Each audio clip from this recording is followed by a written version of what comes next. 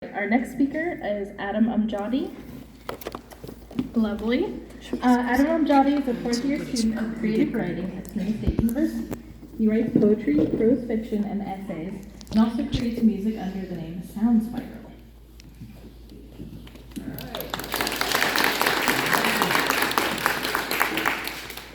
How are we doing, everyone? Can you all hear me okay? Yeah. So my name is Adam, fourth-year student here at SSU, soon to be a master's student. I'm really looking forward to it, incredibly excited. I must say I'm very proud to have been included in this year's edition of ZAUM. The poem that the editors and student staff chose to publish is a relatively short poem by the name of Flower. I'll be reading that one first. Because of its brevity, though, I'm also going to be reading another poem, completed very recently, titled 4 Leaves. I figured they gave me 5 minutes, so I might as well use as much of it as I can. Both of these poems have similar themes, lots of natural imagery, for example, reflections on our own agency and how we interact with nature and each other, questions of power versus powerlessness, things that generally run through my work. I bring up these questions mainly to make my audience and myself think just a little bit deeper about the examples we set, the things we give, take, leave behind, our legacy, our impact on the world. So I'm going to begin again with the one that was featured in ZAUM. I looked through the book. It was on page 100, exactly 100, so got a nice round number. Flower.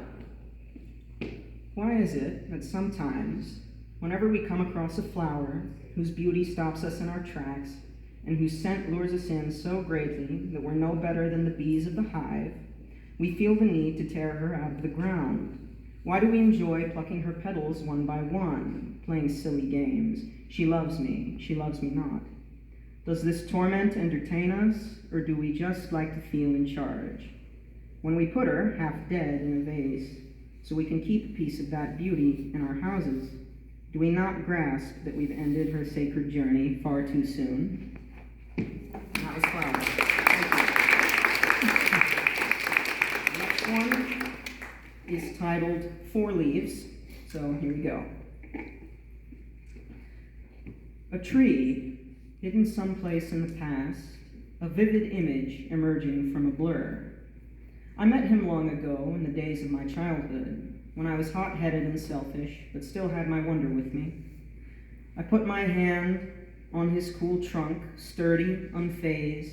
It stood. His vitality tickled my palm. Then he spoke. "Child, I have gifts for you." He gave me 3 of his leaves. The first leaf was a celebration of water, of air, of seed and sapling, and of the sunlight with which he was fed. An invitation. Let my joy be your joy. The second leaf was a promise that he wouldn't forget me, because the aliveness of the world kept all things connected, one way or another, no escape. And none are alien, he explained, unless they want to be. The third leaf was a reminder that he would likely outlive me, and that human strife and squabbling meant nothing to his kin. We were here before you, he told me. We'll be here after. But I got greedy. I wasn't satisfied. I reached out my fingers and plucked a 4th leaf from his lowest branch, a pointless souvenir. He cried out in pain and surprise, but I didn't care. I wanted it. I did it because I could. He wouldn't speak to me after that. A few years later, he was cut down by loggers. Now my face is lined with age, my hands stiffened, rheumatic. But I still remember the tree.